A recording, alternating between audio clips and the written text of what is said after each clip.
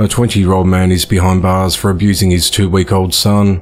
At 1:15 p.m. on Friday, the 8th of December, the newborn was taken by his mother to Cincinnati Children's Hospital in Ohio for symptoms of an eye infection. After hospital staff further examined the infant, additional injuries were identified, including a skull fracture, injuries to his mouth and bruising to his arms and legs. Physicians determined the injuries were non-accidental and the result of recent trauma. Hospital staff contacted Child Protective Services, who immediately contacted the Clermont County Sheriff's Office to begin an investigation. Detectives questioned the boy's father, 20-year-old Desmond Wallace, who said he was responsible for the injuries. He said the injuries were sustained on the morning of Wednesday, the 6th of December, at the residence in the Crown Station Apartments along Amelia Olive Branch Road in Amelia, Ohio.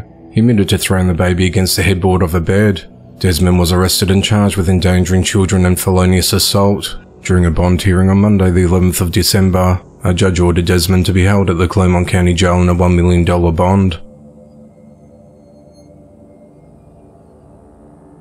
44-year-old Taylor Justin Schultz is behind bars for murder after beating and impaling a grocery store clerk with a golf club. At 12:55 p.m. on Friday, the 8th of December, authorities responded to the Oak Grove grocery store at 218 Oak Grove Street in Minneapolis, Minnesota on reports of a stabbing.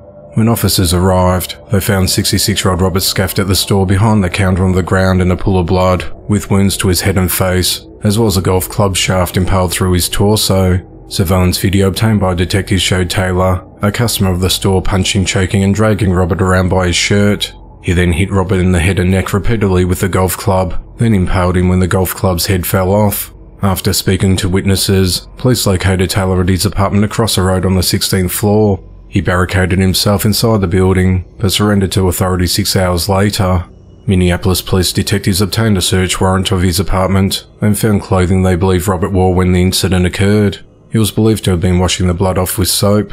Taylor was booked into the Hennepin County Jail on a charge of second-degree murder. The motive of the killing is unclear, as the investigation into the matter continues.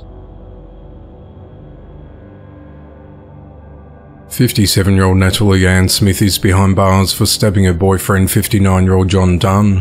At 7:56 a.m. on Monday, the 11th of December, authorities responded to a home at 5164 Oak Orchard Road in Barr, New York on reports of a domestic incident involving a knife. When officers arrived, they found John suffering from multiple stab wounds. Medics transported him to Strong Memorial Hospital in Rochester, where he remains in a stable condition. Natalie was arrested in connection to the incident. She's charged with felonious assault with intent to cause serious physical injury with a weapon and criminal possession of a weapon with intent to use. She's held at the Orleans County Jail with bail set at $100,000. An order of protection was issued for the victim.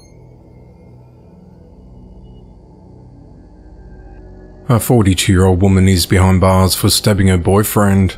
On Thursday, the 30th of November, authorities responded to a residence along the Dulu Trail in Vonore, Tennessee after the victim's mother called to report a woman stabbing a man. Deputies responded to the scene and encountered the victim, who was sitting on the garage floor suffering from a stab wound on his arm and had it covered in paper towels and a makeshift to stop it bleeding. Medics rushed the victim to the emergency room of a local hospital. A deputy questioned the suspect, Glenda Ruth Ambush, who was sitting on a chair in the driveway. She said she woke her boyfriend up and asked him why the bottled water inside the house tasted like peroxide. Glenda claimed he punched her in the face, and she responded by stabbing him. She then said that she may have startled him when she woke him up. The deputy noted that Glenda did not have any bruises or markings on her face. The deputy then spoke to the victim's mother, who said that Glenda said she had been hearing voices and that she'd smelled another woman in the house. She said her son had come running out of his room after the stabbing, screaming, "Call 911." Glenda was arrested and charged with aggravated domestic violence. She was booked into the Monroe County Jail with bail set at $15,000. The investigation into the matter continues.